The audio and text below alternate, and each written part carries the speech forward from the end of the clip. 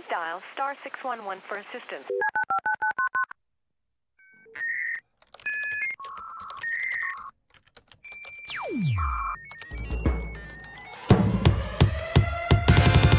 We get signal, main screen turn on. You're listening to the radio program about hackerspaces. This here little radio program about hackerspaces. Months ago, we did a show on the Chaos Communication Camp, which was called Queer Geeks, and it was all quite spontaneous because we just got together and thought, hey, we have so many queer people in our friendship circle, and we know that there are so many on this hacker event, but it's kind of no one talks about it, and we talk in private, but not as a public issue. And because we're doing this radio thing, which is public, we thought, why not invite our friends and have a tiny discussion? And then we told Mitch about it, and then we did this radio show 4 months ago. But because we probably have many people who didn't hear us 4 months ago, we should start now by introducing us and this panel that's sitting here. I'm Thomas Oninger, or a social hacker on Twitter, and I'm a podcast anthropologist, programmer, and also a radio dude here from time to time. And I think we should start with you, Mitch, and explain just a tiny bit of you, who you are, if there are maybe some people who don't know you. Just suspect. Sure. Yeah, my name is Mitch Altman, and I make a living from selling TV Be Gone, a keychain that turns TVs off in public places. And I love that, and I make a living from that. And I go around the world teaching people how to solder, quite often with Jimmy, who will maybe talk next. And and I help hackerspaces get started, and I always come to Chaos Congress, which is one of the highlights of my year. So I'm Jimmy Rogers, and I'm a full-time hacker. So I travel around the world doing similar things. That's about it. I'm Stefan Urbach, better known as Tomata. I'm a full-time activist, and I make a living by a normal 9-to-5 job. Hello, my name is Ruben Starset. I am part of the San Francisco Hackerspace Noise Bridge. I also make very interesting, awkward situations happen in and around the city of San Francisco and elsewhere. And I like playing games. Yeah, I'm Fabienne Fox, Fabienne Serrier, and I'm French-American living in Germany, so really I'm from the internet. And I do hardware hacking, reverse engineering, open source evangelism for hardware, and right now lots of textile stuff full-time for the last 6 months, reverse engineering and open sourcing textile production. GMC? I am GMC, and I'm figuring out where I am. And I'm hungry. Oh my God. We had this radio station for this radio show for Vienna local radio just the other hour ago, and we just had it down and had no break. But that's not going to stop us. But some people are still missing. We at least expect Willow to rejoin us. She was also part of the panel back in camp. And then is also Andreas Borg invited, but I'm also not sure if he can make it. So, Mitch, why don't you start? We have a kind of open situation here, which also should be explained. We have an audience sitting right in front of us. I haven't counted how many people, but I see many lovely faces and quite diverse. And we also have a microphone for them, which is here in the chair. And if one of you has a question, just raise your hand and we'll include you in discussion. Including the ones that are on laptops right now. So, should I just rant or? Yeah, I mean, but maybe the question, at least in my mind, was why is that there are so rarely someone is openly gay, lesbian, transsexual, or whatever. A unicorn. A unicorn. Unicorn. I don't want to discriminate Ruben. It's kind of, hackers say from themselves that they are creative persons and that they don't take things for granted. But still, you have often the situation that it's quite heteronormative, so it's mostly assumed everywhere that all people are heterosexual, that people with a penis have a male gender, and women have to behave in a certain way. And these things also become issues in hackerspaces, as I've experienced it in mine in Vienna, in the MetaLab. We started having gender issues in the 4 months in between the day now and the last panel. And yeah, but back at camp it was really a new thing. I only heard that feminism and CCC are not going well together, but also not much detail about that. And basically just provide a platform here to at least start talking about these issues. Stefan, you... Can I throw away the feminism issue, please? Yeah, throw it. Feminism, please. Maybe we could talk about, being open with our sexual preferences, but not necessarily talk about women in hacking. I'm so sick of it. So, where a lot of women, we're very geeky. A lot of transgender people are very geeky. A lot of gay men are very geeky. A lot of bi people are very geeky. So who cares? You know, come on. Well, it'd be nice if we didn't have to care. I know. The feminism issue is really annoying. Huh. Well, I'm a feminist. I'm fine being a feminist. I want everyone to feel welcome at Noisebridge.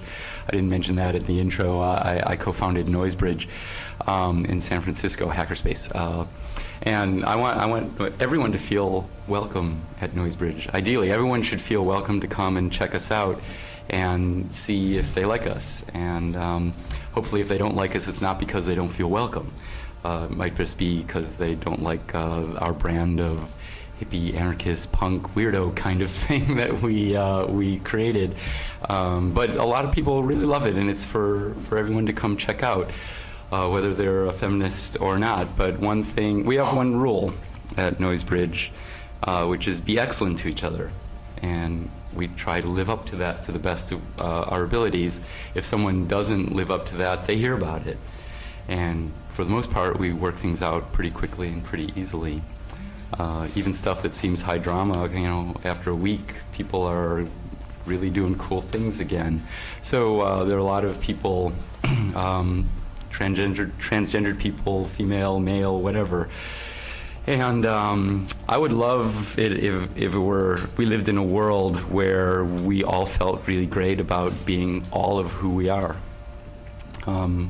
And unfortunately, we don't live in that world, but we can try to create that for ourselves to the best of our abilities. And in a supportive community, we can all do that way better.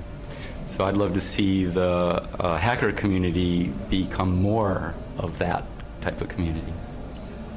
Yeah, and coming back to you, what's the issue with feminism? I don't think it's necessarily feminism. I think it's using the title feminism to say why are you the only girl hacker? And that's asked of every female who does anything technical. So I'm obviously not the only girl hacker, and I've never been the only girl hacker. I think there's crap tons of us, and we're all over the place.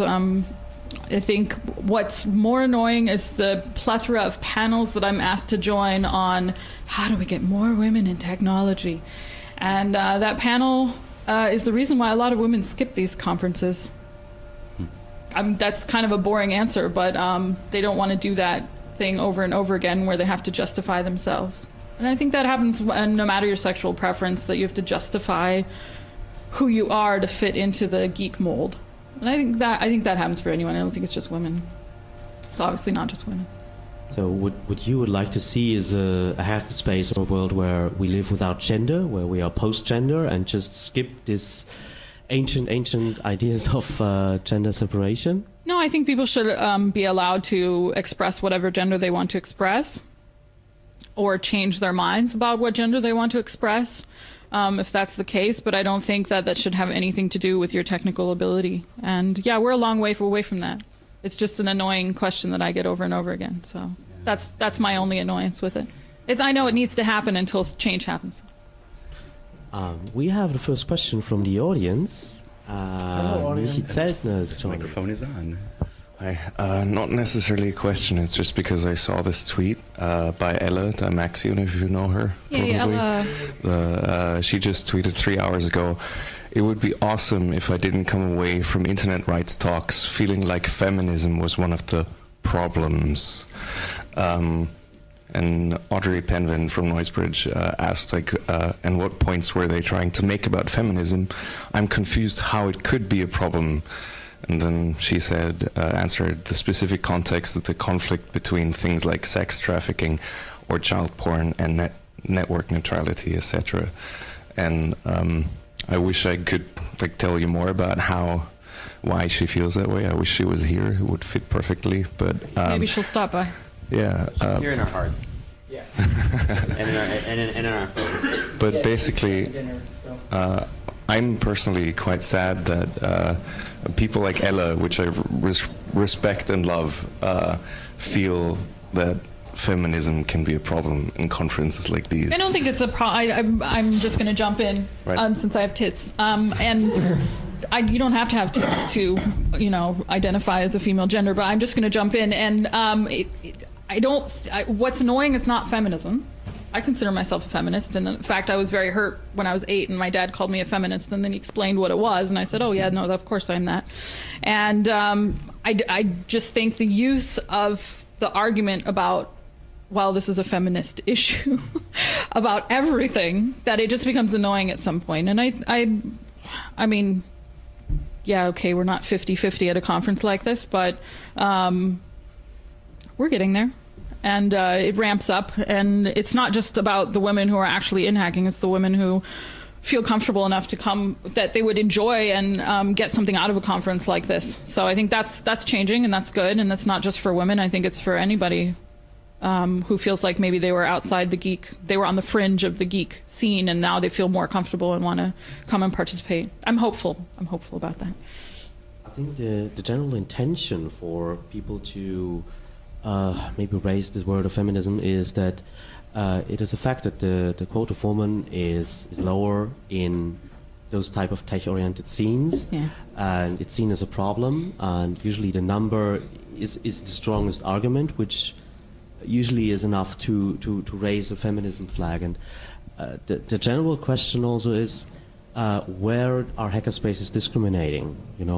Why is it that there are so few black people in American hackerspaces, or so few Turkish people in European ones? And I think this question has to be asked, no matter which feelings come up when the word feminism falls. Sorry, Lisa, you are also new to the panel, or out of the public? Yes. Is this on? Yeah. So, just to comment on that, I think one of the issues here is that we shouldn't just, I know it's a stupid phrase, but we shouldn't just identify as the victims here.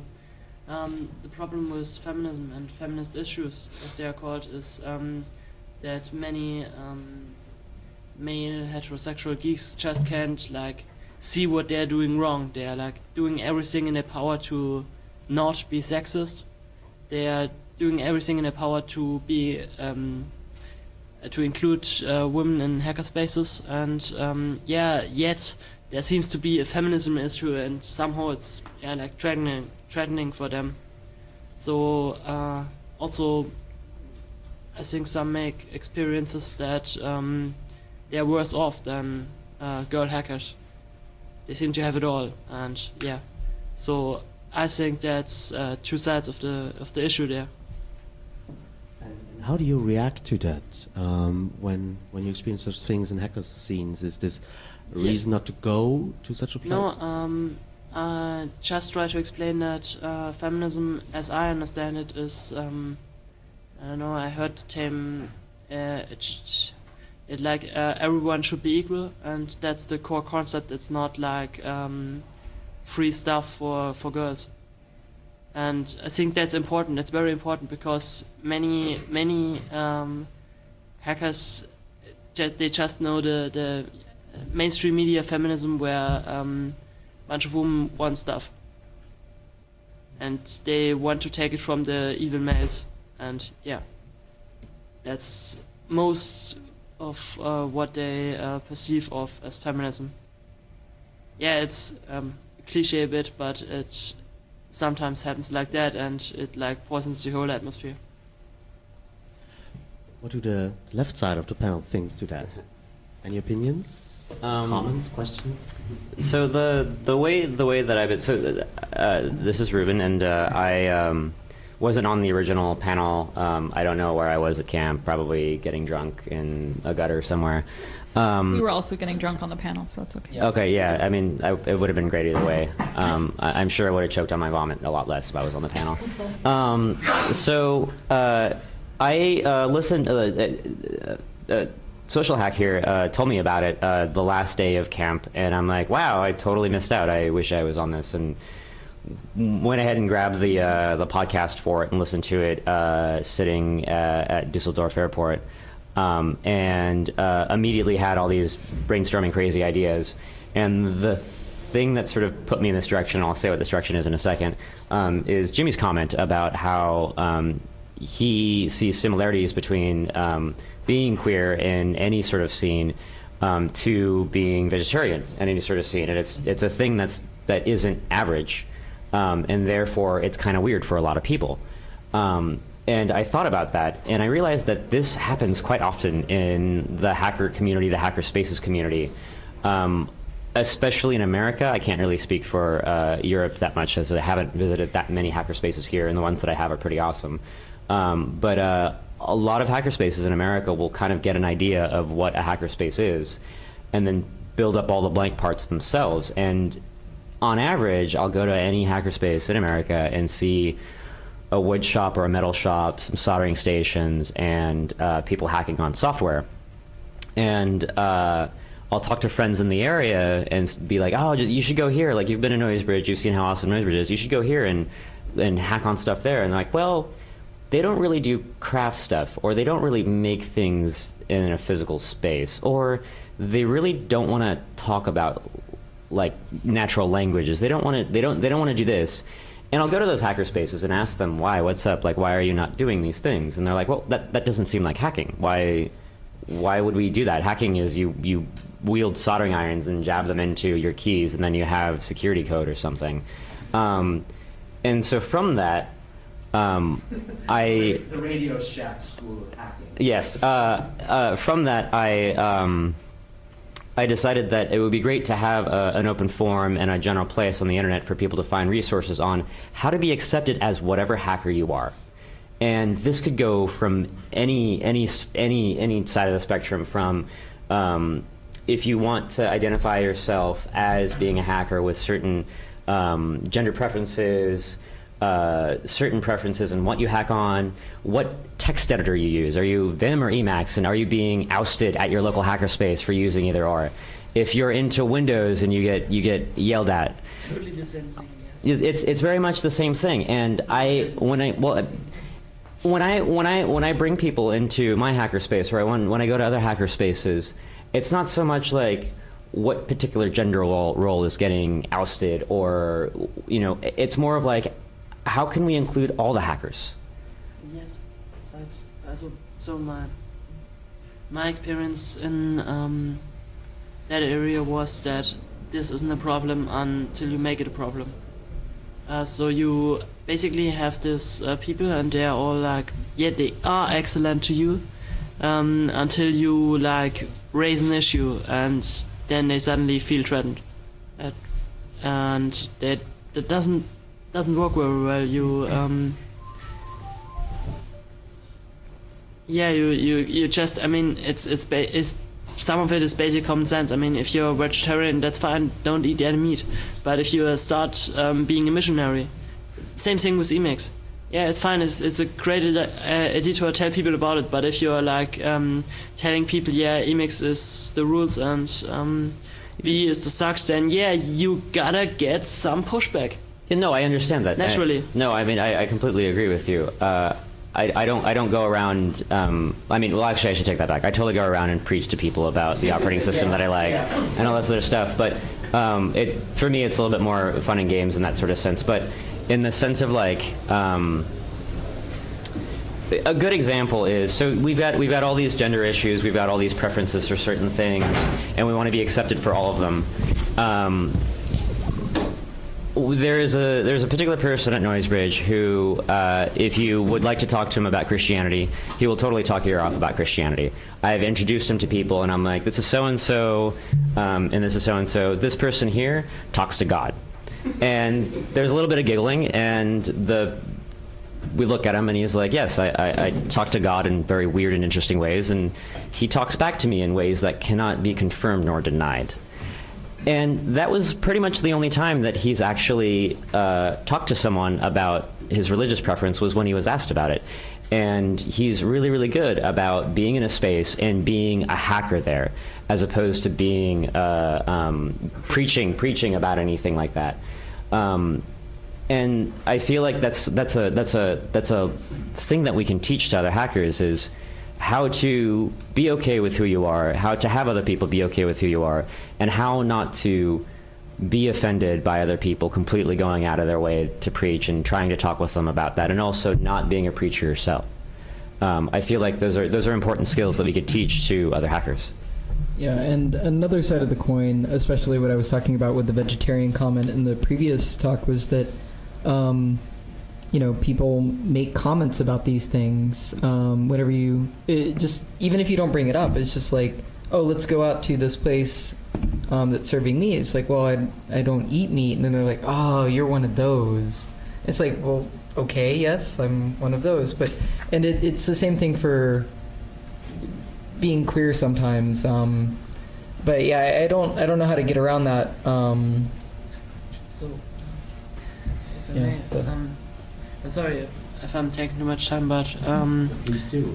The thing is, I think I've heard a phrase that everyone has a right to be made fun of, and in a certain way. So it doesn't mean that anyone takes you less seriously. It's just humor is sometimes like a tool to accept people better. Weird as it sounds, but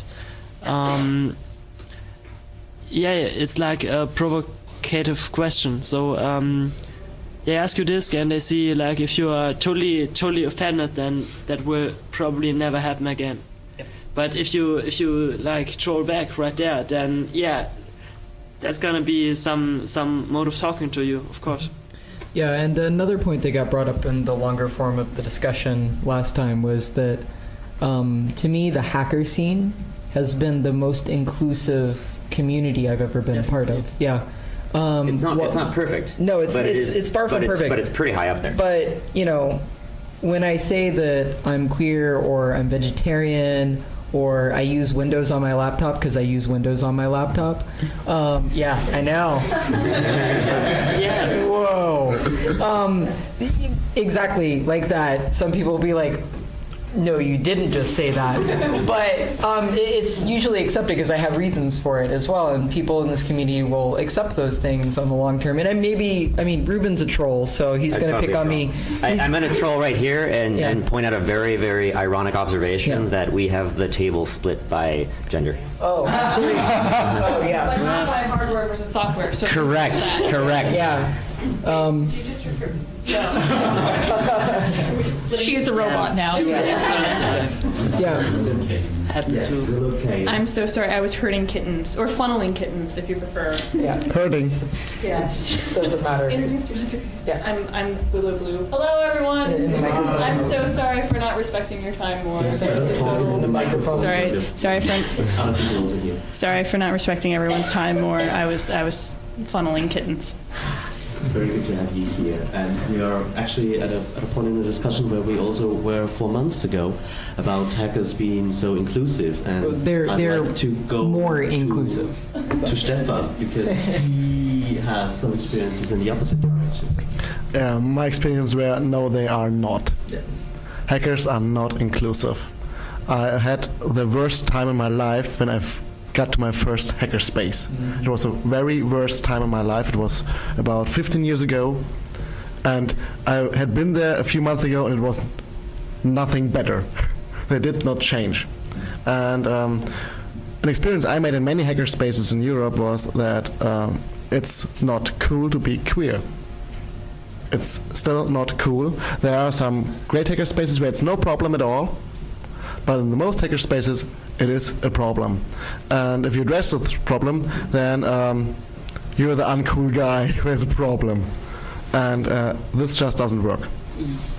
Yeah. Well, I'll just, a statement like it's no different is not really accurate.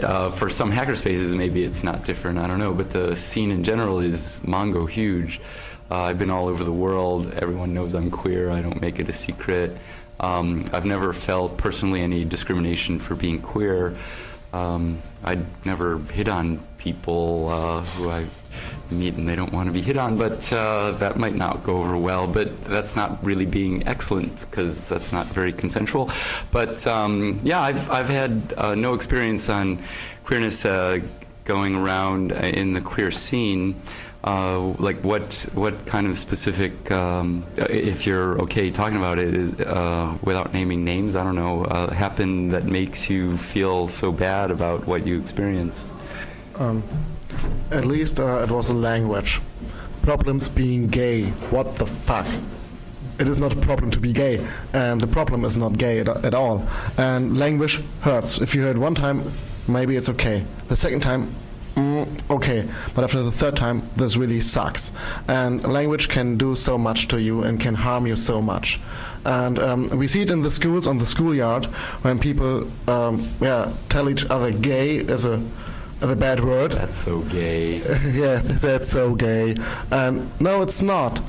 It had nothing to do with being gay or being queer or whatever. So, if you then tell people that this use of language is hurting you in a personal manner, then, well, many do not get it. They just do not get it. And then you try to explain and, hey, come on, it really hurts me if you say this is a problem, this is gay. They just do not get it. And this is, I think, the problem. Yes. I don't want to diminish your personal experiences in any way, but you're basically asking people to change like very fundamental principles about personality. You have this, we're always talking about this heteronormative framework, like it was some evil empire that just existed and we had to, smash it, charm it, whatever. I agree that we're asking people to change what cultures and worldviews they have, and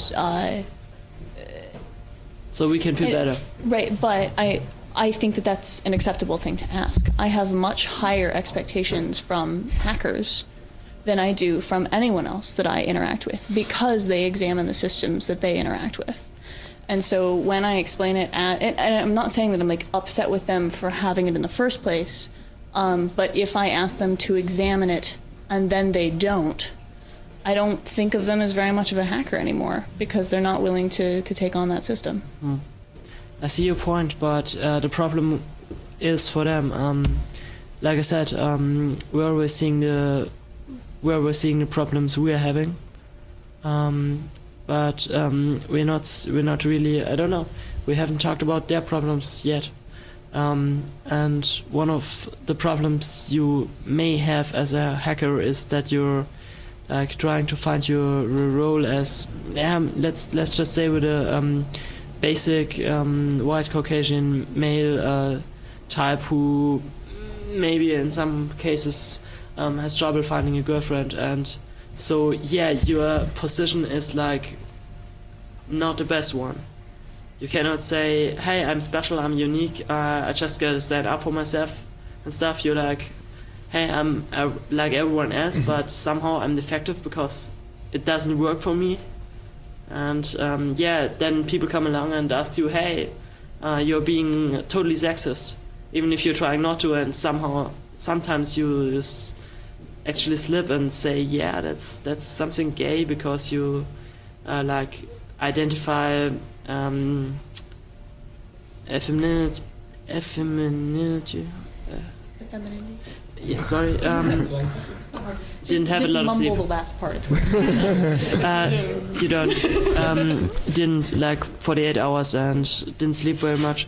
Anyhow, you identify that as something you want to avoid a bit because you're feeling that you have too much of it and thus don't really fit in. And yeah, so they're asking you to just for them, just for one or two persons, to totally change how you think in their presence, and so this is generating a lot of stress. I know that a bit of that, or some of that, can be expected from people who call themselves critical, call themselves analytical about systems. But yeah, you always have to like examine the borders of that, because what you describe here is very good for the current situation we are in, and also the pathway on which most feminist or equalism or queer discussions end. It's like, you want me to change and I don't want to. It's like as if we were speaking about arguments or right or wrong or correct language and incorrect language. But I think we forget in this discussion that we are speaking about a group of people which has some diversity in it. And this diversity is new. It's newly introduced to a system. We're not speaking about people who are socialized and raised in a society where you have equally distributed genders, you know, more exactly as much females as you do males, queer people as you do heterosexuals or non-sexual or whatever. We are raised in a society with a specific balance of what's visible. And many of us do struggle to find their place in that society. Exactly. Everyone has this individual struggle of where do I belong. And if people connect to a hacker scene, I think Willa is right that we can expect some kind of deconstruction willingness and ability in the people. Yes, the point I want to make here is that it's like classical theory when you want to integrate two groups of people. If you have foreigners in a country. Integration only works if both sides really come together and you negotiate a new type of language or rules of social responsibility and how to interact with each other. And I think why this discussion is not happening is because mostly if the word feminism comes up, people feel hurt. It's also something which... Or those of us women feel annoyed. Yeah. We don't want to have the same discussion over and over again. Because it's not something you can discuss. I think it's something you have to experience and then make your own conclusions out of it. And if... Okay, Stefan is nearly killing me. Yeah, I wanted to jump in earlier, but it is not the problem that there's a white Caucasian male not getting a girlfriend, because my bug is not fucking hetero, so I don't want to call...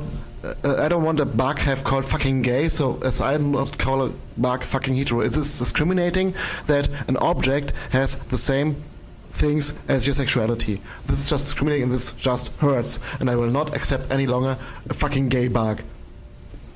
Full stop. Yeah, I see your point.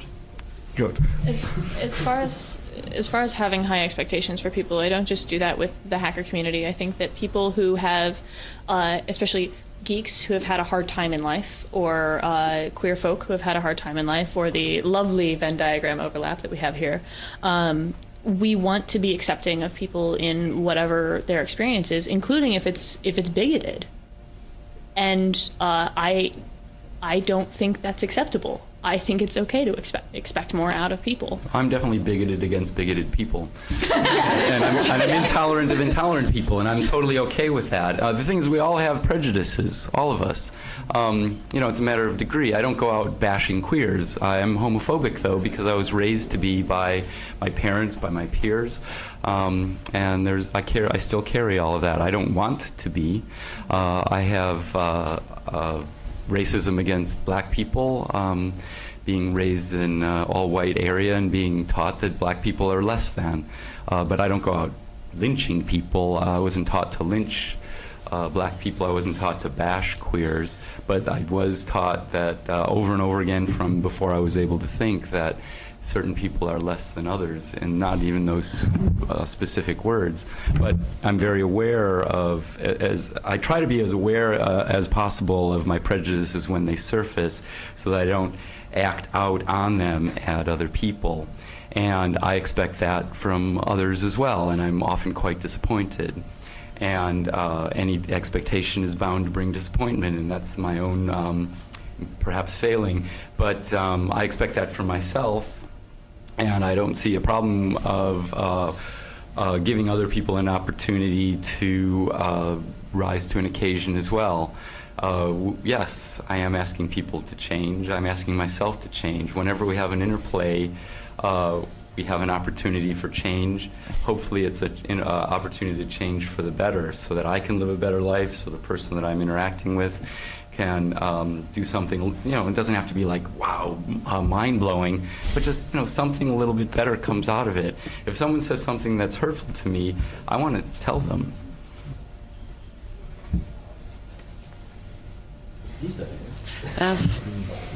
Sorry, I seem to be the it's okay. Advocator Diablo here. Yes, I think it's a very noble quest to be that way. Trying myself to be as accepting as possible. But I think we queers have it a bit easier. Because we are having the problem yourself and identifying with the queer group in some way. Because they are all like-minded people and they all have this sort of problems. It really makes it easier to have that position of you should definitely change yourself, it's not so hard, look, I did it. Yes, of course you did it, because it also helps yourself. I mean, yeah, it's a mean argument, but it actually cuts you. It's also more beneficial to you. I mean, in the long run it's beneficial to everyone if we are as accepting as possible, but in the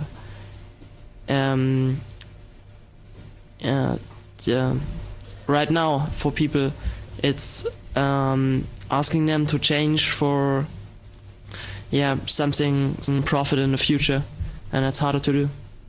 Yeah, it's not easy. None of this stuff is easy. Growing up queer in a homophobic society is way difficult. Yeah, tell me about it. Yeah, and growing up feeling less than for being who you are is awful in so many ways. And when it's your sexuality that's deemed to be at fault by so many other people, that's a huge part of anyone, and that's incredibly difficult. But in our society, Judeo-Christian upbringing or whatever, there's so many things in any culture that are accentuated by the culture and put down by the culture, and that's part of what any culture needs for people to conform enough so the culture can endure through time.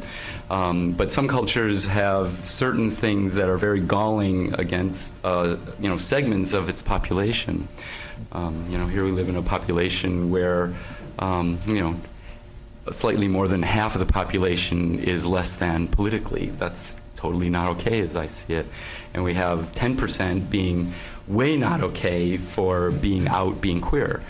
And I think even within the queer scene, we talked about this last time on the last panel, that I personally was walking with a march of lesbians and they told me I couldn't march with them because I was bi. So it doesn't necessarily mean that if you're in the queer scene you have peers and people who've got your back. I think all of us have stuff we deal with where we don't even fit into the thing we're supposed to fit into. So I'm not sure that we're so protected by fellow queers. I think that's kind of a myth too. Well, it's a strange community. We're thrown together because we're discriminated against. It doesn't mean that we're all alike. But hopefully that means that we know what it's like to be discriminated against, and that we have in common. We also have in common that we know what it's like to internalize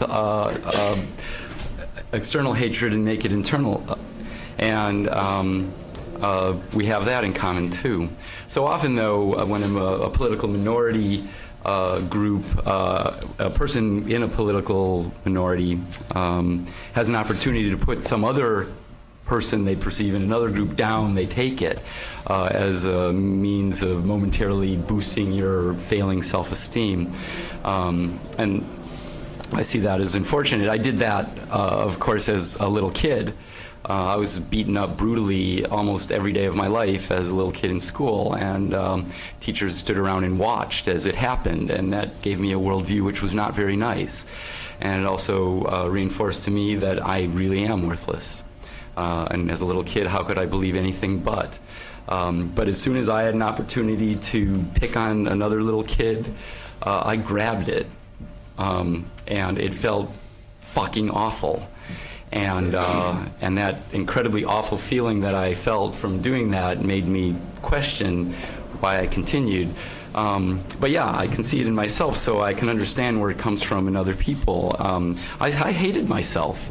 That's still part of who I am, someone who hates myself. That'll never totally go away, no matter how long I live. I carry all that stuff in me. We all carry whatever past we have. But it doesn't mean that I have to continue to act out from that. And feeling part of a group of people who can relate on whatever level, this gives us an opportunity to empathize. It doesn't mean that we're all going to be buddy-buddy and the world's going to be kumbaya. It would be nice, but it's just not who we are. But we can relate to people on that level and feel part of a community and live and grow and become better people as a result. And that's why I moved to San Francisco from Chicago and then rural, middle Illinois, surrounded by corn. It's a place where surrounded by queer people that I don't relate to, but I feel way better that way than surrounded by people who are hostile. And then, at least what Mitch just experienced when he was a child, many queer hackers experience nearly the same things. Not this hard, but they experience that they are not wanted in a society of hetero people. That they are, somehow other people than the rest of their school classes on something, and then they come to in this geek culture, and which is told that it's very open-minded and very open, and that you're accepted however you are, and it doesn't matter, it could be a dog, the things you do are counting, and at least this is a lie, because it counts who you are and what you are, not only what you do. Sorry, but our experiences are different. At the end, this is also a political decision. I mean, we're speaking about a collective that, if it wants to, can be capable of quite amazing things, and also can turn things around. Especially here at Congress, we see this over time. So I think the question has to be asked, what is the situation now, and where are we heading? What is the vision? Frank Rieger and every keynote is always feeding us with visions of where to head for, whom to hate and whom to love and what to do. And maybe this is also an issue which we should talk about, and also maybe to give some context how this here happened. I mean, after the panel 4 months ago, we made a mailing list. Ruben made a site, or at least you registered. I have plans to make a site, and it's really unfortunate that I haven't had the time to come back here at Congress, because we're all going to be here. And Mitch had the idea of doing a panel, and the panel was not accepted. First we thought about the general feminist issue, because I mean it's been said to me from quite high voices that whenever something remotely sounds like feminism, it has no chance at the Congress to be accepted. And I don't think that's necessarily true. That's a bit of a harsh way of saying it, and that's the way it was said. Okay. The point is now even that many people felt a strong need for this thing here happening, and so we were granted this room, and we were granted these freedoms to do this thing here, and it was announced, and so there is something moving, but it's not a homogeneous block, and it's definitely something some people definitely want not to be public knowledge. So I think the goal is to not need something like this. In the same way that I don't know how upset you all are that there are still like girls in comic books, because I go to a lot of Comic-Cons, and there's still like girls in or women in tech. Like I don't want to do that because it's just another form of self-segregation. And you know that you're successful when you don't need it anymore. I know that some of you have already heard this example, but before I broke my arm doing parkour, and we used to have a femme jam because women move differently than men. We just do. We have lower centers of gravity, we have different sets of strength, etc. We have hips, god damn it. And it was one of the hardest things in my life to come to terms with, you know, I'm pretty burly for a lady. I should be able to do all these things, and I can't. And that's okay, because I can figure out new things. But in having these femme jams, you had a great sense of camaraderie, but when we had them once a week, women didn't go to any of the other classes or any of the other jams, and so it ended up making the problem worse. But when we did it once a month, then it meant that everybody still went to the other classes, but you still had that sense of support. And so that's my ideal of success, is not doing this anymore.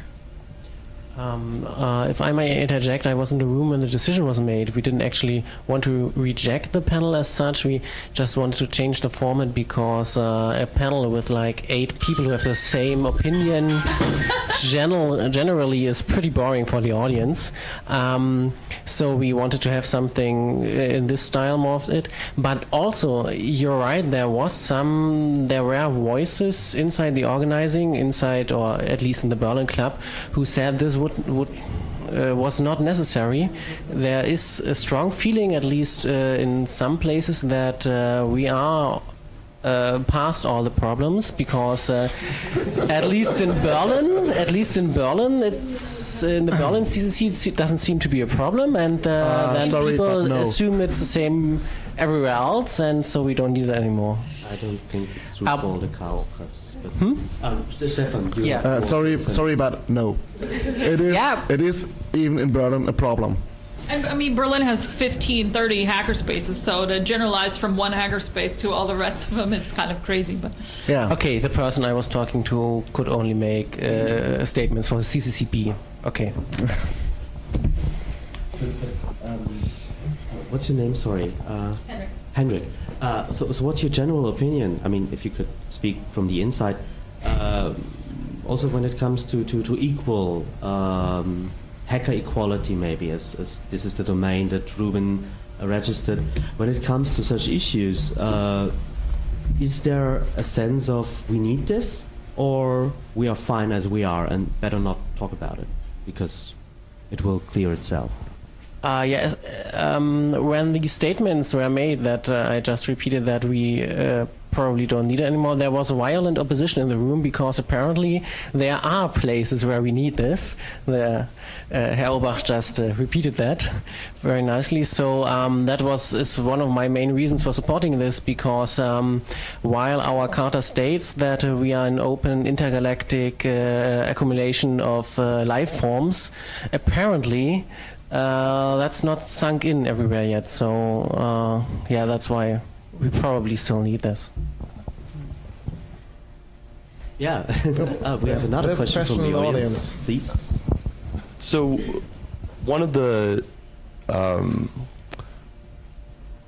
part of what I've seen is there's not necessarily a lot of articulation of this issue from a positive, inclusive perspective of like this phrase hacker equality doesn't by default exclude the people who are in the majority automatically by saying like you are the perpetrators of the evil, and then the other people are like the victims, and therefore it sets the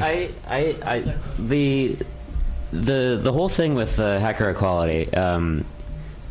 I don't feel like it's about pointing fingers. I don't feel that at all. It's very much a like there are problems. And I think that they're more social problems than a group versus another group. It's very much it's not so much let's go and fix these people. It's there's a problem, let's hack up some solutions. Okay, so I'm not sure what solutions you have in mind, but the goal perhaps in solving this should be to have a positive idea in the minds of all people that supersedes any individual subcategory that belong to? That would be great. Question there in the back.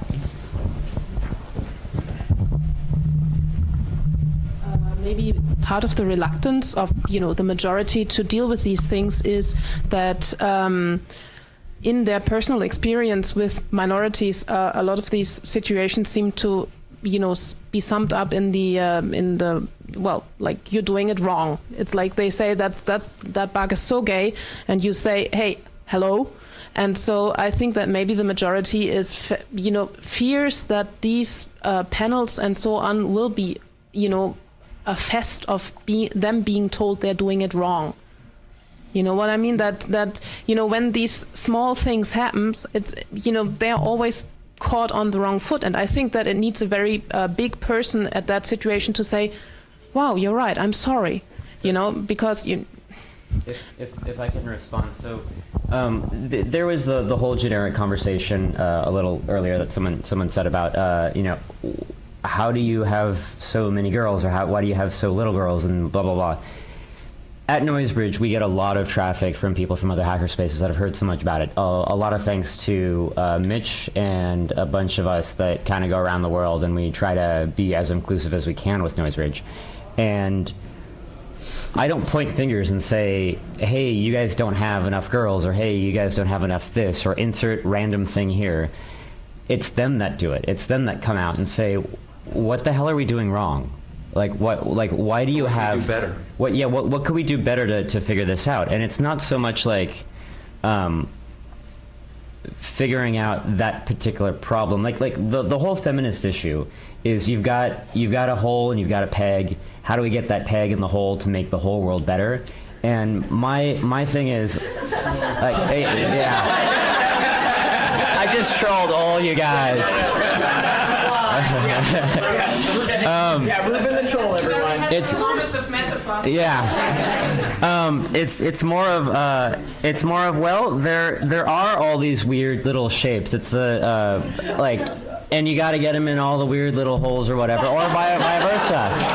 And I don't necessarily want to tell someone fix that one particular problem, fix that one peg or hole or whatever. It's more of there are tons of them, and you just have to be accepting of getting them all together and getting them all to work.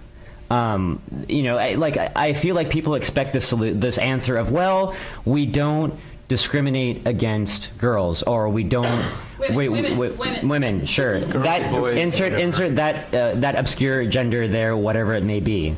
Tesla sexual. Tesla sexual. We don't. I feel like they're waiting to hear that answer, and my answer is we don't discriminate. Period. We are extremely exclusive. Period. You want to go and work on your Godzilla generating machine biometric thingamabob?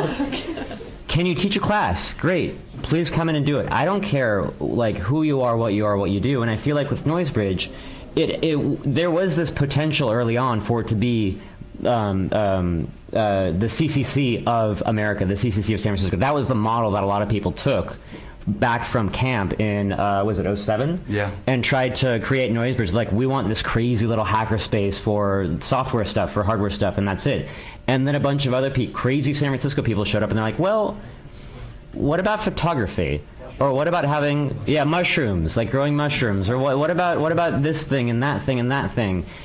And we were hard up for people, and we're like, sure, can you teach a class about it? Can you do this? Can you do that? And before we knew it, we had this completely different, weird hackerspace where we just didn't say no. We didn't say, no, you can't do that. And it's when you say no, that's when the real problem is.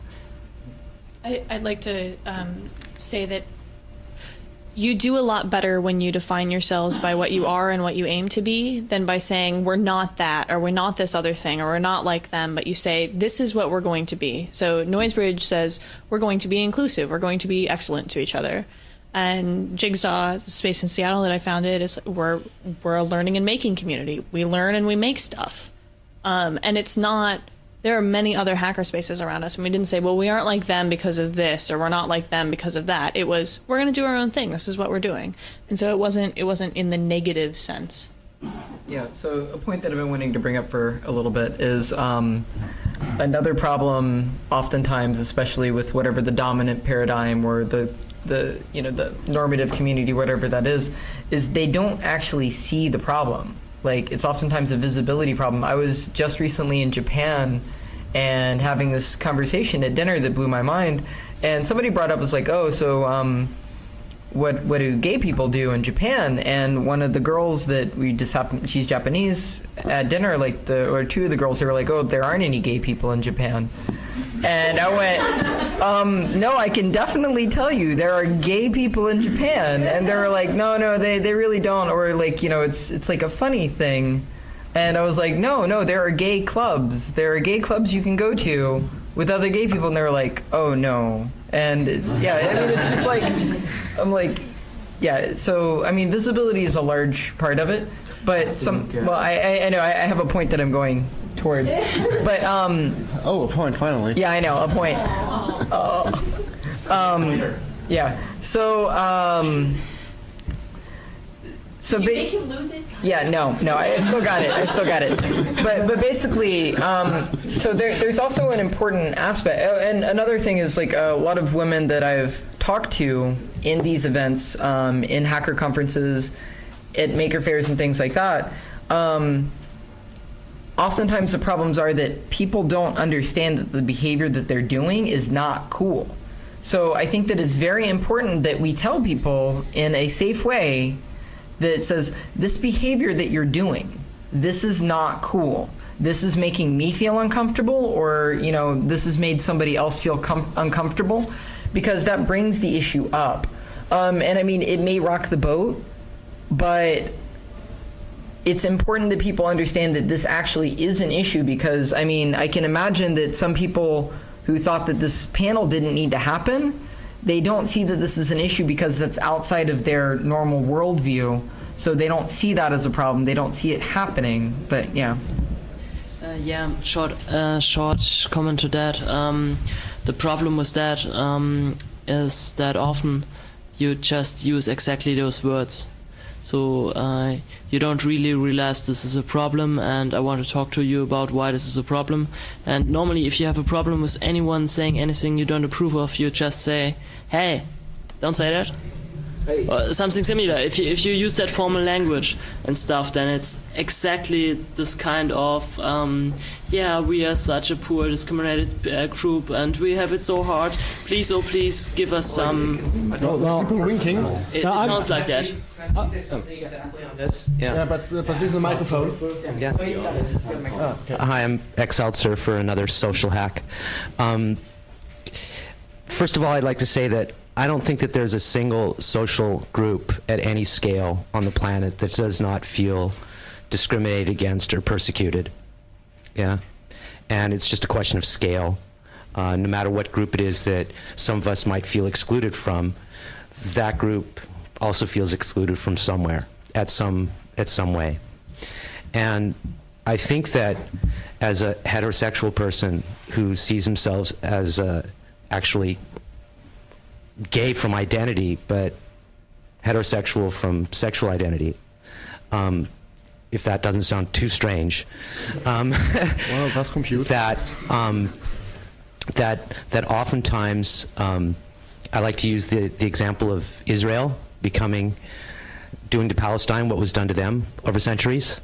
And I think that when a subgroup inside of a persecuted subgroup is fighting for its identity, it's sort of like a losing battle, in the same way that the Palestinians are fighting for their identity against a group that felt persecuted. So it's sort of a systemic human trait that we have to deal with. And I think that from this perspective that I tried to identify, being a heterosexual gay person, that this self-identification puts one in a ghetto that often leads to the problem being more extreme than it would be if one did not do that. Well, it really depends on how you handle things. If we're really hurting, we might act out when we're feeling hurt. Another possibility is responding rather than reacting. And so when I find myself in a situation where my feelings are hurt, rather than saying, you can't say that, of course they can say that. They can say whatever the fuck they want. I can say whatever the fuck they want. But if I want to have a positive engagement with someone with a possibility of making my life better, and the possibility of them going away with something positive, I can say, you know, my feelings are hurt from you saying that. And I totally agree with that. I just want to bring it back to the way that the panel sort of started, the frustration of expressing, saying, "Oh, another feminist panel.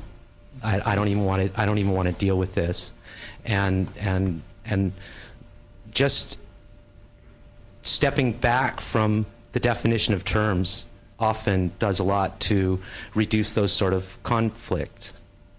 Yes? Yeah. I think what I hear is people expressing their own personal experience as opposed to them expressing a belief in a certain way of life. That each one of us has our own individual experiences that have happened as a result of who we are, and that has very little to do with whether or not one belongs to a included or excluded subgroup. I think this was the plan. From the beginning onwards. We now have another question from Michi Treppner. So, comment more than question again. So, when I like the persecution thing and the language, what you said earlier, Lisa, that basically this finger pointing, that people are afraid of finger pointing, and that you often like mention, oh, this is a problem, like don't say that, and then people feel offended and such. When we had our first gender issue meeting at MetaLab, an idea just randomly popped into my head of like trying to have a sort of like positive engagement while telling people that what they're saying right there isn't necessarily like a nice thing to say in general.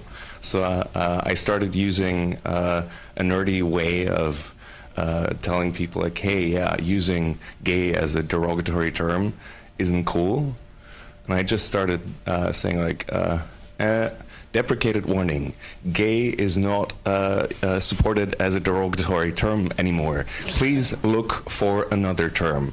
And people, when I said that, first like looked at me and I was like, okay, wait. And then I explained to them, look, we have a bunch of people here who don't feel very good with that sort of stuff, and it was actually a positive engagement otherwise. So that finger pointing, I find, is like we should really like care about the language and yeah, be inclusive in our criticism. Yeah, and also like in general, whenever I have someone who is saying something that's really offensive towards somebody, or I learn later that something that they were doing was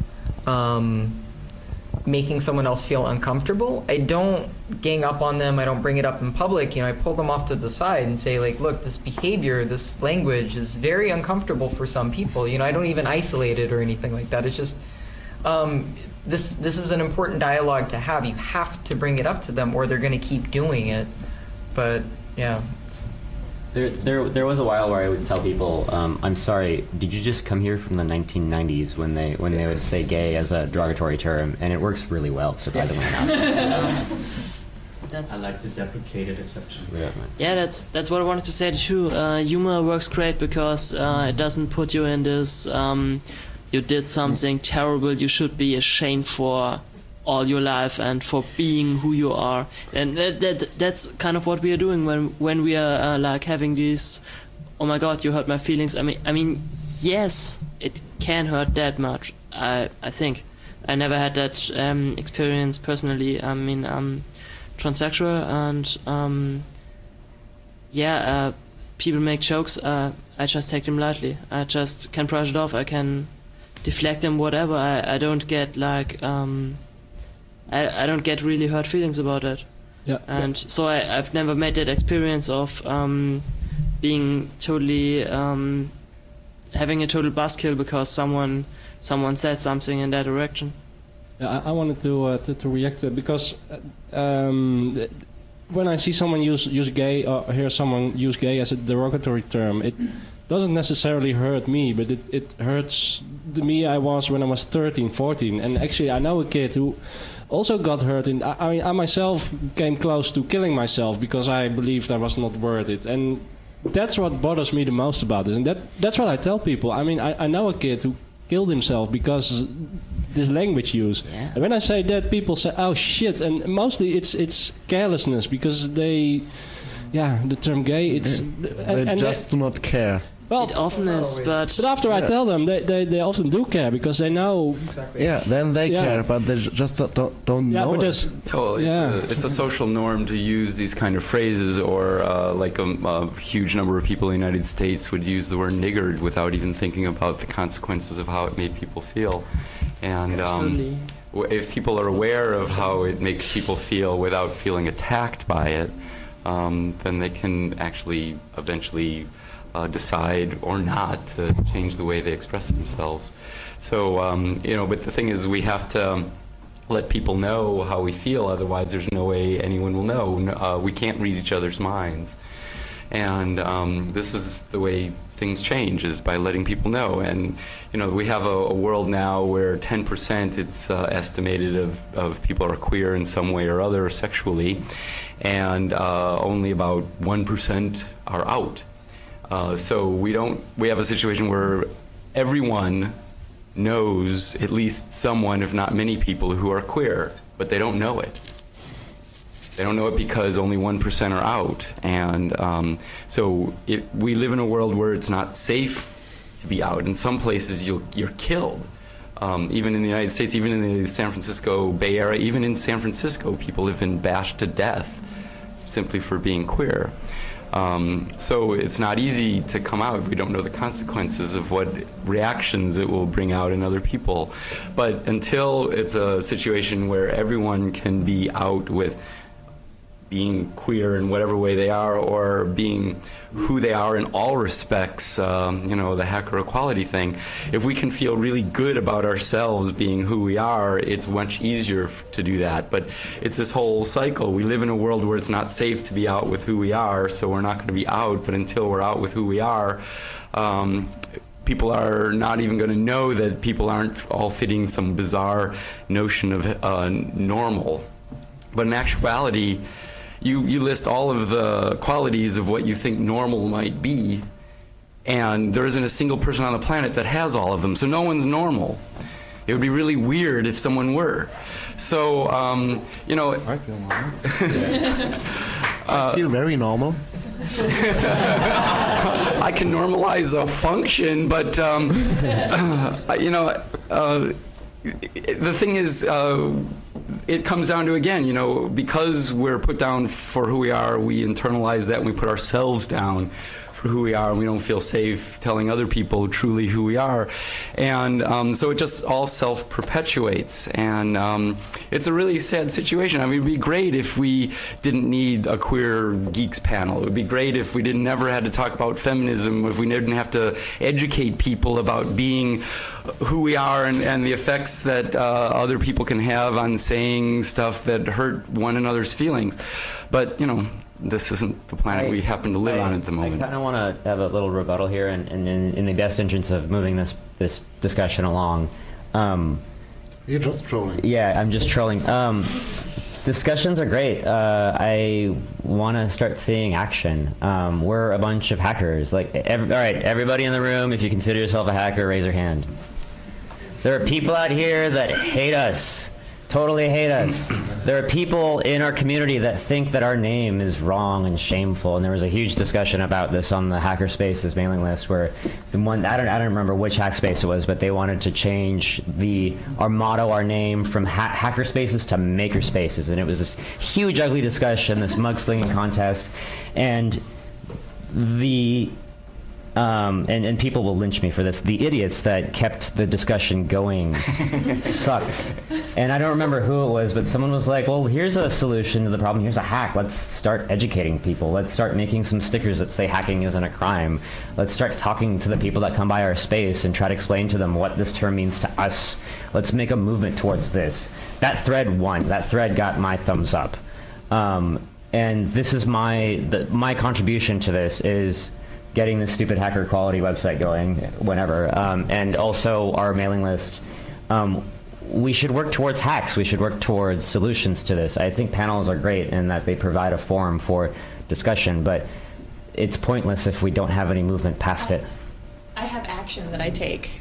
which is one of my favorite things because I fly so much. I soft pack. For those of you who don't know what that means, I have a prosthetic at-rest penis that goes in my pants. And so because I always opt out, because I'm comfortable having this conversation. I have a lot of friends who You are opt out of metal detector scans. Right. Sorry. The body scan. Yeah, I opt out of the cancer-causing scary as shit thing for other reasons, but because I have so many friends who do that as a part of their identity, and I'm not connected to it in any way. Like I'm not personally insulted if someone is upset with me about that or confused about that or what have you. And so when they give me my pat down and they ask if I have any prosthetics, I say yes. I'm soft packing. I explain what it is. I explain why it's done, and I'm like, so what do you? Just so you know, and they're like, well, do you want to be screened in private? No, I don't have a problem with this. You're the one with a problem with this. And like if you want to send a gentleman over, I'm comfortable with that. If you want to pat me down, lady type, you are also welcome to do that. And make sure that they write it down in their book. I try to have them call over whatever trainee they have, and I have to get to the airport super fucking early, but it's a way of, and I'm totally friendly about it, and get their name and make eye contact and everything else. They usually won't shake my hand. I think they're not, but that's okay. And so that's and it's fun, and there are things that you can do like this all the time that just like. So that's my action, and I love it. So there you go. I do realize, though, that this is exactly the kind of thing that people will use as a reason why we are weird. But I mean, we are weird. I'm openly weird. We're weird. We're all weird. We are fucking weird. Well, it depends how you handle it. Weird. It's sometimes totally cool. It's normal. So just like I want to hear weird in what way? We are weird in a way that we do not conform to those expectations of normality, whatever that is. I'm totally okay with that. And you're putting it in people's faces. Yeah. I'm totally okay with that. We are hacking and redefining what normality is with these actions that we take. And some people don't like that, and they don't like it in that way. They really don't. Not everybody has to like me. Yeah. If that's the case, I have something they can suck.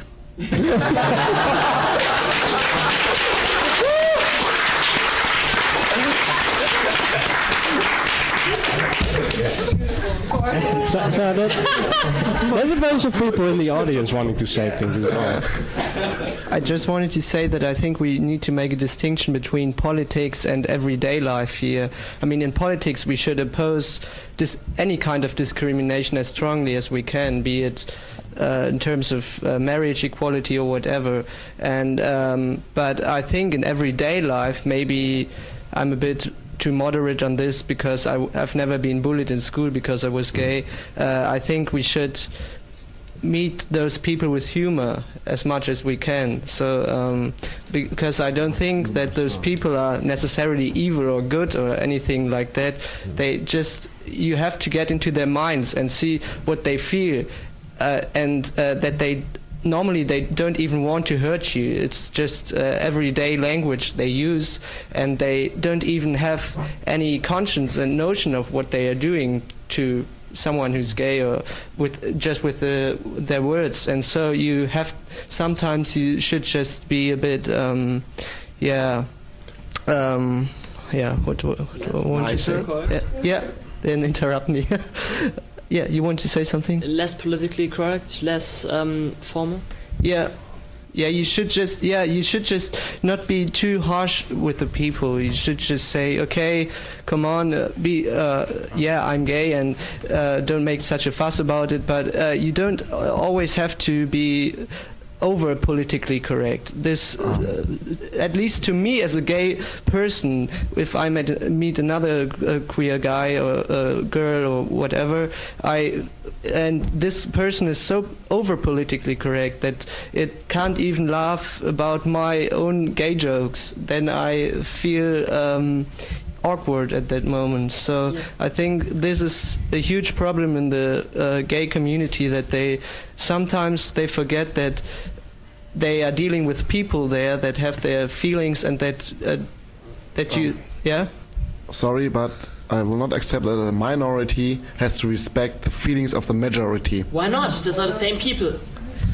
No, sorry. They have the same sob stories as we do. Well, we should respect each other's feelings, but when someone is in anger, putting someone else down, or putting someone else down to bolster themselves up, they should be told that it's not okay for me when you do that. I mean, we have to let people know when our feelings are hurt, otherwise they won't know. Yeah. But we don't have to do it in a way that attacks the other person. We can do it in a way, but we all have our own style. Someone who's really hurting might not be able to accept a gay joke ever until they find some form of healing in their life and they can feel more comfortable with who they are. And someone else, it's just, water off their back. It's no problem at all. Someone might do trolling kind of things as a matter of course. Someone else might just be very personal and just say where they're at, a matter of fact, without attacking. Someone who's really angry might not be able to help themselves because of all the hurt in them. We all have our own styles, and if we're all trying to do the best we can, maybe over time we'll improve, and maybe over time people who say hurtful things will think about it before they say it and maybe do it less. But we have no control over, we have little control over ourselves. We definitely don't have control over other people, but we can do our best. I disagree with him. I think we have another one. I just have a little bit of framing when it comes to this whole argument that that minority. Sure. No, the floor is talking. Oh, there. Yes, noise is coming from the floor. I just have a little bit of framing about this whole argument that that we need to be nicer and that we need to be less confrontational when we encounter people who are saying things that we don't like, or who are gay bashing, or who are making women uncomfortable. And I want to talk a little bit about why this is really not. Why this is not the same thing. Why minorities having to be nice to the majority in order not to make them uncomfortable is very different from the majority having to be nice to the minority in order to not make them uncomfortable. And it's all about the balance of power. When a largely heterosexual majority doesn't like you, they can take away your, they can deny you, say, the right to get married, or the right to spousal support, or all kinds of, tax and governmental rights. And when, say, heterosexual people make queer people uncomfortable, what are we going to do to them? That is where the power lies, and that is why that particular framing is so important. We can call it lol's sex. May I just? No? Yeah. You got it, yeah. Okay. Well, there's people over here who haven't spoken and are wanting to. Yeah. Okay, thank you. Is it on? Yeah. I'm Raphael, and just briefly to maybe try to transcend this whole issue, because I think it's pretty clear that this is not really just about sexual identity or about gender. I think everyone is in his personal minority. Like it was that everyone's weird, really weird. And even those straight people who are economically successful and whatever you like, they are weird as well, yeah? It might just be that for whatever reason they are not able to, come out with it, with their own weirdness, whatever it might be. And so I think, from what Mitch said earlier, that even picking on someone, it doesn't feel good, in the end. You start hating yourself. So I think the goal and the distributed version of achieving all of this, I think, can be just personally try to be as open in expressing your identity and your opinions, and at the same time be as inclusive as you can be to the people around, so that then they might also feel comfortable to come out with their story. Because I think no matter how normal they seem, they're so weird as well. Everyone is. So I think it's really about trying to just really apply this yourself. Stop self-censoring, and then other people can join and start building structures or support structures where this is being enabled more and more. And then, this can be maybe alleviated in not just gender, but social, political, economic spheres, wherever you like. So, Lisa, can you hold it off until we finish the audience questions? I've got two things. First of all, I have to admit that I have a problem with this whole everybody's weird thing. You know,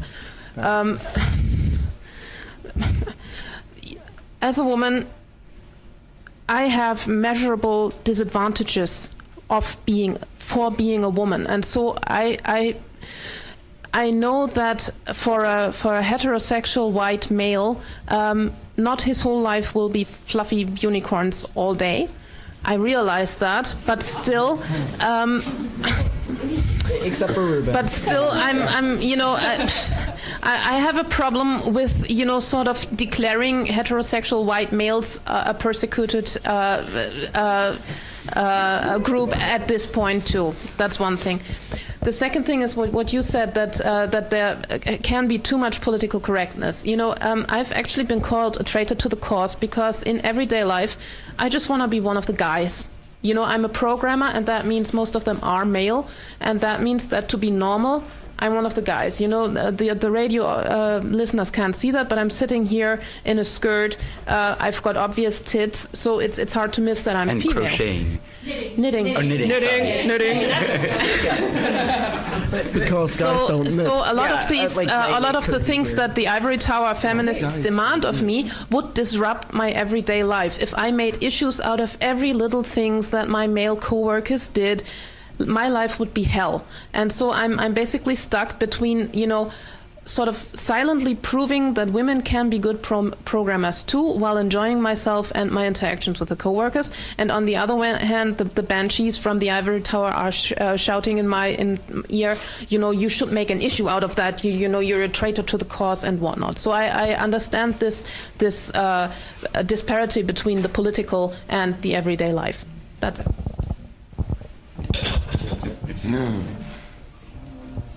So, yeah, comment also on the persecution.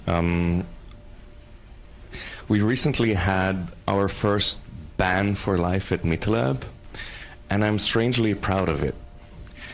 I'm going to contextualize it. We had this guy who like drank on a regular basis, insulted people. We humorously tried to interact with him and make him understand that he's making people uncomfortable. Kept happening up until a night where he kept pestering people and then started to make awful comments about, oh, you're a woman, why would you get a driver's license? Why? And it's at a certain point, like, I exploded, and then the most calm person at MetaLab exploded and then screamed at the guy, which was like, holy fuck, I didn't even know that he could even do that. But anyway, so it was really uncomfortable. I felt like shit, and like we tried to make him leave just for the day and deal with it later on, but he wanted to talk about this now, in that moment. So we had several board members talk to him, and other people talk to him, like in a very, very calm voice, like calm down and whatever. But he kept talking about stuff like, yeah, well, if women play in the Viennese Philharmonics, we're all going to shit. Well, a woman has already, so we're all going to shit. Yeah, no, but I mean, like, for the very first violinist. no, but here's the thing. That was the moment at which we realized, okay, he obviously feels persecuted as a white middle class male, and he obviously, like, he said that, and he was just unable to, like, get into arguments. And that's the point at which it was clear that, okay, yeah, sorry, if you're not actually willing to discuss this, and if you're just insulting people, you're incompatible with us. Get the fuck out now. And it ruined my evening, and not only my evening, but the rest of my week to a certain extent. But I was really happy that MetaLab as a community finally got to the point where it's self-regulating enough that there's an agreement that there's an asshole in the room, and that we don't want that asshole here. Can I just really, I want to clarify that. I didn't say that white heterosexual males are persecuted. minority. That's definitely not an answer to what were you saying. I just wanted to throw into the room that I think that most people, no matter who they are, feel persecuted or discriminated against in some way. And that is essentially the reason why people who are different from them feel so threatened or persecuted by them. They're expressing something that they feel, exactly what it is that Michael's trying to get across. And really, I don't think that what we're hearing in this room that's based around the issues of gender or transgender or sexuality is any different than the way that the geek or nerd or hacker community feels itself as a whole in society. I don't see any difference from the emotional reaction to feeling singled out for being different than you hear in the hacker community as a whole. I'd like to use something real quick. Can all the white heterosexual males in this room please raise their hand? Okay. Can all the white heterosexual males please raise their hand? Okay. It's up to you. It's up to you. Please keep your hand up. Keep your hands up. Please put your hand down if you don't have any problems in your life. Well, come on now. And I think he was trolling you. Yeah, thanks. Yeah. I think like, I don't know, I step back from this and I see that we all have problems and we're all getting yelled at by other people and it kind of sucks, and I don't see gender issues. I see it as a big problem. I see a lot of being accepted for who you are as a big problem too. Yeah. And I think we're all in this, and we're all in the same boat here. And it's not so much saying, I've got problems, please accept me, and like, let's make this problem not be a problem. It's, let's all work together to make this not suck for all of us. Can we come back to a bit of positivity and like positive action that we can do? Because I wanted to add in the fact that I was super uncomfortable when we had a hacker event. It was an explicitly hacker event, and there were strippers involved. And someone said, well, if there were male strippers, and there was one male stripper, would you have felt more comfortable? And I said, no, I think it would made everybody feel uncomfortable that there were 7 women taking their clothes off and 1 man taking his clothes off. I felt uncomfortable for the man as well. So not because it's all cool, but I don't want to be bombarded at a hacker event with something explicitly sexual when I didn't sign up for it. So that was the number one thing. And beyond that, I like to say that the easiest way to get queer people involved in your space is to invite them. And I know that's a really hard thing to say. It was like, well, I don't know anyone who's queer, but that's bullshit. So if you invite more queer people, whether those are women, whether those are men, whether those are transsexual people, people who identify whatever, unicorns, invite them to come do something at your space, not just participate, but invite them to do a workshop. And when you have someone who actually organizes something for you, you find that the participants that you didn't realize were actually in your neighborhood will come join you. And it's because that person has a social circle that actually hadn't been invited into your space before. And if you invite someone to run a workshop, then those other people are going to join and participate in that workshop. And one of the easiest things is I had a conference that I threw, and I had half the workshops were run by women. Some of those people were openly gay women, and we had gay men running workshops, and we had half women, half men at the entire conference. This was a 200-person event. So, and this was a purely geek event. So I don't think it's a big deal. I didn't notice it until someone said, oh my God, we have to write a news story about you because you have the most female-attended event ever. And I said, well, I just invited the geeks I knew. And so I think what you should do is just actively invite queer people to do events at your space. This is a great statement, also something where people probably can take direct action upon. We have another 30 minutes left, quite exactly, and okay, maybe I'm gonna take this shirt off then and hold this back. I'm not trying to strip or anything, but please. Do I want to see that? Wait for Really, I want to. Okay. I'm feeling responsible for the radio listeners, and therefore. It's all negativity. I mean, we are like positive and do stuff. I think there is this issue about we didn't really you mentioned it, but I really think it necessitates further mentioning that we should definitely separate the issues of everyday politics and hackerspaces, because those two are not the same thing.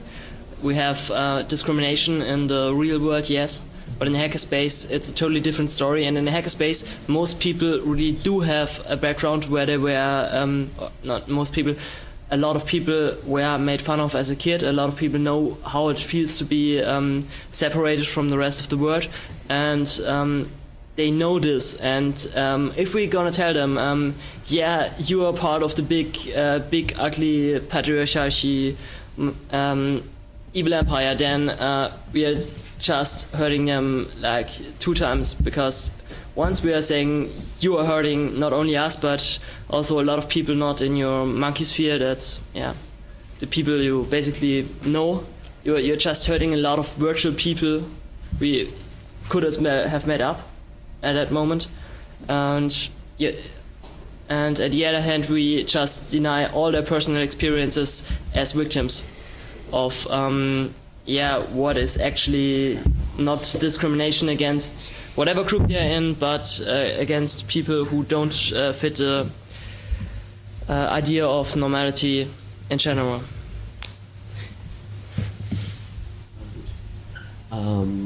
So, I think it's time for conclusive statements, and I may begin. What I take home from this year is that visibility is important, and it changes a lot if you start seeing people from minorities around you. And it may not be so much the talking that helps, than is the fact that you experience people who just happen to be from some other group you may not belong to. So this visibility aspect, I think, was the main reason why we did the show, and I think we did it well. And another thing that I clearly see here is that no one wants to be victimized, no one wants to be made a victim of. So on the one hand, that this feminism word can feel like I'm hurting you with something, I'm putting you in a box and have to make you fit, no matter which other aspects you have. I feel like and also the Ruben, shut up. that also is the correct response for Ruben. I have a T-shirt for that. He said, "Shut up." Yeah. And don't feel that you should become a victim if people call your names. There's so many ways to respond to that, and we had a few funny ones, creative ones, which are so much better than creating a situation of hatred. And this is something for everyone maybe to remember. And maybe we have time to come to some conclusive statements or extension of the hackerspace's design patterns, which try to include this this aspect of how to deal with queer issues, queer people, equality in general, because therefore these design patterns exist. Another question from... Yeah, just something very brief about being a victim or feeling like a victim. There's a very simple dialectic which explains this. There's the victim and the perpetrator. And then there's a third one, like a triangle, which is the observer. And then on the tip of the pyramid, you have the consciousness about the whole process and the whole dynamics. So it's not just important to stop feeling like a victim and stop accepting to be a victim or feel victimized, but of course also not being a perpetrator in whatever other way you might be and might not even know consciously about it. And just really see this from a, I think, like meta viewpoint, to understand it and then really just transcend the issue personally for yourself.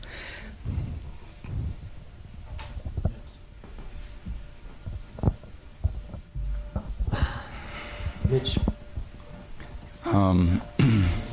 Yeah, well, you know, there's so much we've covered in things that's brought up personally for people as well as politically overall, and you know, there's things that are clearly political, there's things that are clearly personal.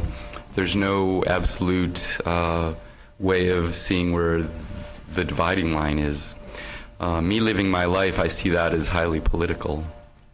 I try to live my life with being as much as I can of who I am all the time. That's political. Just being who I am and out with who I am pisses people off. I'm not trying to piss people off, but that just is something that happens with me being who I am. I want to make people feel good about who they are. That's my intent.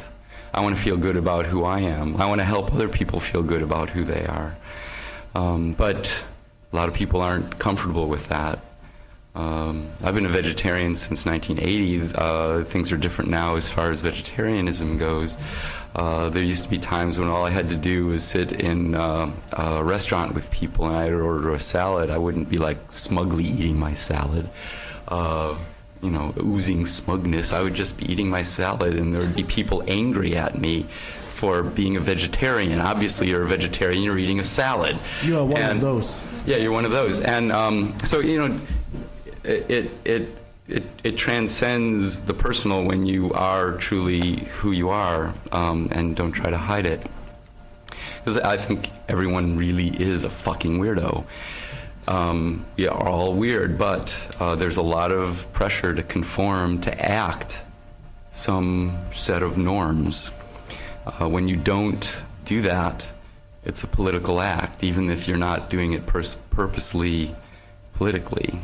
But for me, in my own personal experience, when I do that, my life becomes so much better overall, even if I have to deal with people being angry at me for being who I am. But I feel better about it for me, and then that person has an opportunity to think about their actions when they're not getting the reaction out of me that they were expecting. And quite often the people who are most angry with me for being who I am are the people who they relate to the weirdness that I'm exhibiting in their eyes. So I know several of those people who were angry at me just merely for eating a salad later became vegetarian because they felt better that way health-wise. And they didn't want to deal with that because that proved they're a fucking weirdo. Coming out as gay is certainly not easy for a lot of people. For some people, fortunately, it hasn't been hard for them, but unfortunately, most people it is. Coming out as gay is very, very, very personal, and yet coming out as gay is incredibly political. It has an effect on not just you, but the society of people all around you. And I see that as an incredibly good thing. It gives us all an opportunity to grow more into who we are and gives other people more by an example that it's totally not only okay, but a really great thing.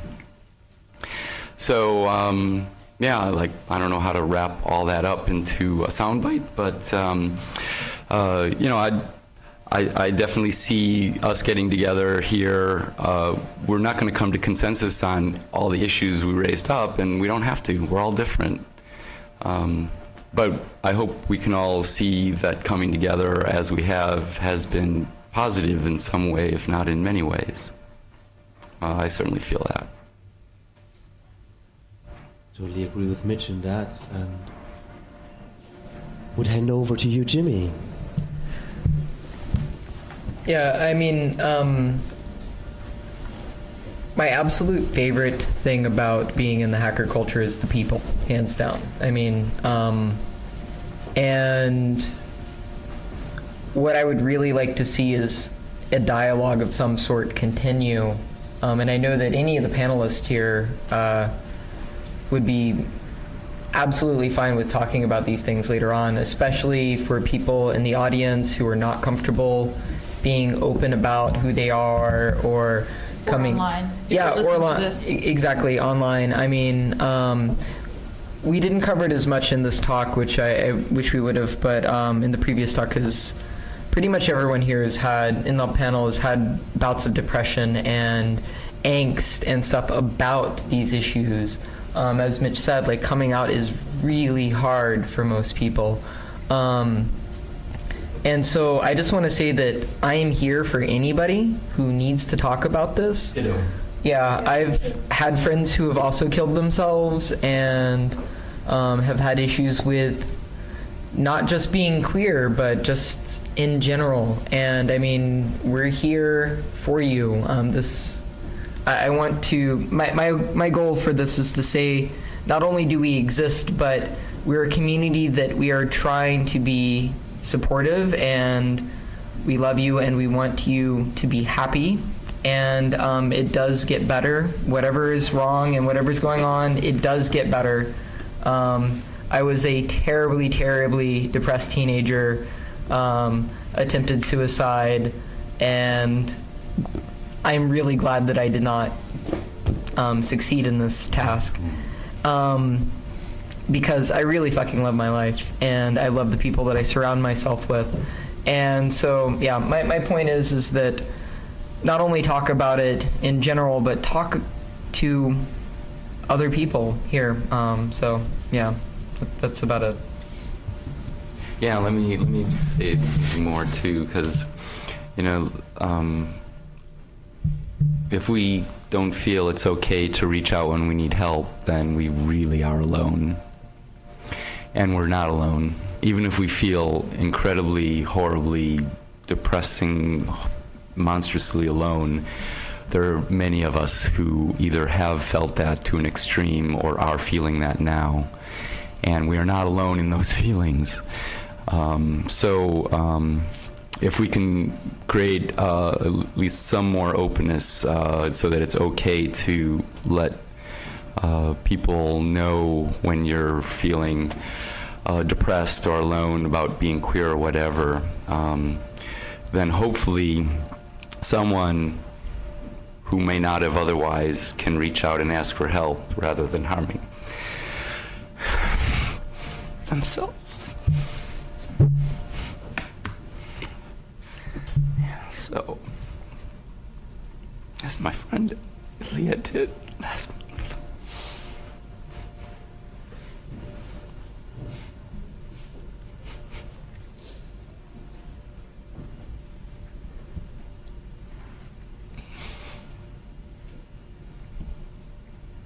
So, yeah, please, if you ever have feeling like you want to harm yourself, ask for help.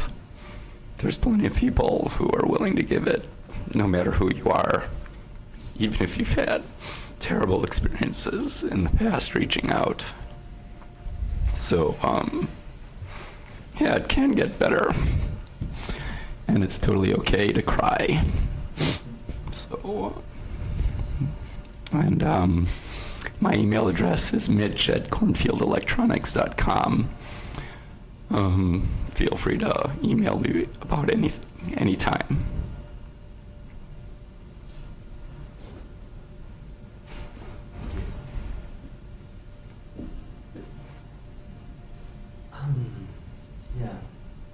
For me, this is a difficult situation because I feel responsible as a kind of moderator to keep the stupid idea of the narrative of such a show, and they would just throw this narrative away. And it's okay. But we'll stick to the time. We have another 16 minutes, and I'd like to give the word to other people here. But I don't think that it is the crying which the people want to hear from us. I think we can do better. Oh, we have now more important things to say. It's okay if you cry. Yeah, no, why you do it? It's only okay. No, I will not. Even if I was ranting at the beginning, in fact, this community is the most open community I ever have seen. I was ever part of, and it's great to be in this community. And yeah, we have issues as a community to solve, but I'm sure we will solve this issue. He's trolling. I'm trolling. Yeah. So a good friend of mine told me very recently, the third best solution is always a wiki.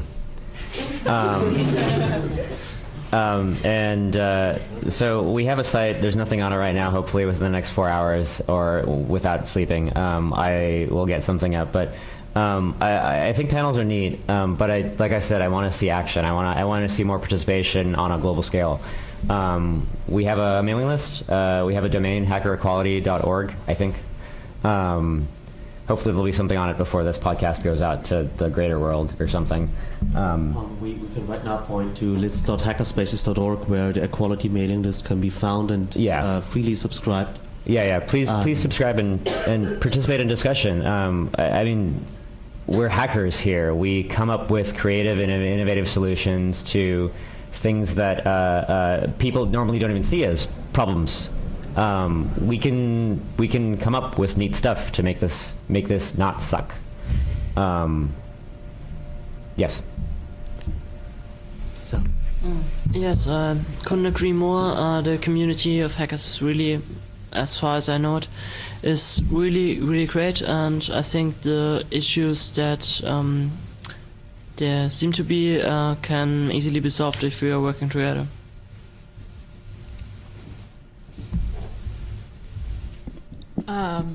I've also lost friends this year, so if you're listening to this and you don't know me, that's fine. You can email me too. It's Fabian@fabian.us, and I will talk with you about it, about whatever you want to talk about, because it's not worth it to take your life if you're in pain, whether you're suffering because you're not coming out or from anything else in your life. And I'm open to talk with you about it. You don't have to be as snarky or as ranty as I am to survive it, but it helps. But we as a community, and I'm definitely not the gay community, I'm not the queer community, I'm not the female community, I'm not the hacker community, but we as a community of humans are here to listen and to talk to you about whatever that pain is, and to fix it, because there's always some way to get through it and to enjoy living in this funky universe that we call ours. So it's always good to talk to people, especially when things are bad. But I think especially in this group of people, we're always looking for the holes in things. We're always looking for what's wrong. We're looking for the next exploit. And so I started a 5-hour love bomb session the last time I had a gathering of friends, where I just took a minute and seriously took 10 seconds to tell each person in the room why I love them, like why they're in my life, because we call each other on our bullshit and we're always ranting at each other, etc. But it was like, no, I adore you. I adore that you live in a shiny future that no one else can see yet, and it causes everything to be hard for you. I've told it to some of my friends before, and then I was like, okay, and I'm done being mushy. You know, I'm supposed to be a robot. I don't have feelings. And like, we can go back. And everybody else said, no, I want to do that too. And it turned into a 5-hour thing of everybody telling each other why they loved one another. And so I'm comfortable with that mushy moment now, you know, but it wasn't the most robotic thing I've ever done, but it did optimize for the group. And that's good, right? So definitely, if you don't know who to reach out to, or you're not comfortable being vulnerable to the people who are around you, or you don't know how to do that, or if reaching out to Mitch and Fabian is a good idea for you, definitely do that. But also remember that there are people around you who deeply care about you, that we don't talk about that because we're badasses, right? But still do it. Just fucking do it. Also tell Mitch and Fabian why you love them. Okay, there we go.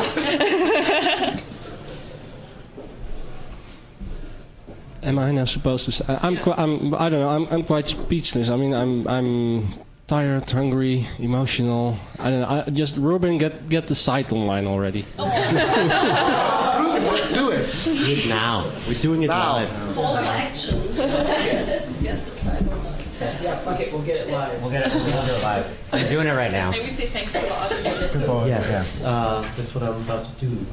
Thank everyone here present and participating in the discussion, which was a real discussion, and that's what it's meant to be. And hopefully it continues. We have the mailing list. We will have the site. We are all here. We don't disappear in dust after this talk. Actually, there's a meetup tonight. Oh, really? Yeah, so if you are in Berlin or around the Congress, there's actually a queer meetup tonight. It's Queer Geeks and Naughty Nerds at Silver Future, which is... In Kreuzberg. Yeah. And they have the best sign ever. When you walk in, it says, "You have just left the heteronormative sector." Yeah. Yeah, where's the... Google the Silver We will Future. find it out. I'm not sure if it's still on. Yeah. Yeah, there. Silver Future, and it's near Hammerplatz. I don't know the name of the street, but do you know? Yeah, we'll have a group. Hey, we have Google. Search for it in your favorite mapping system. Yeah. Yeah. If you search for I mean, Queer we'll- Geeks and Naughty Nerds, it'll come up. Yeah, we'll have a group leaving from BCC to go there, but for the people who are listening who aren't here right now, just use a search engine for Silver Future Berlin. You will find it, and go there and meet us. Just approach any of us. We're willing to talk about whatever. And it doesn't even have to be about being queer. It could be about hacking. Holy shit. Or being naughty. Yeah. It's almost what we're here for. So, anyways. I also want to thank everyone listening, and I want to thank all of you from the bottom of my heart for being here and participating. And it's been good hearing the input of a lot more people than just the talking mouths that were on the podcast that I heard 6 months ago or however many months ago. Good. And I thank you all and wish you a good night. Wish you a good life, in fact, and hopefully no one's sleeping. We will make another of these panels at least at the next Congress, if not earlier. And maybe we have new design patterns for hackerspaces by then. I'd love to see that. Thanks, everyone.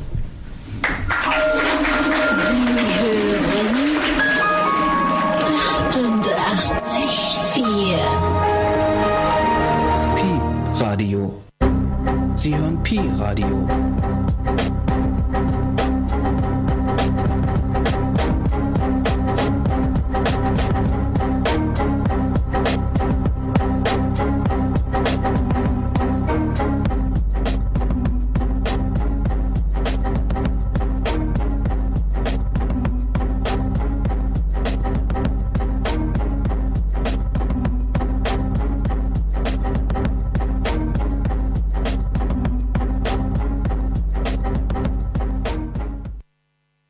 Dial star 611 for assistance.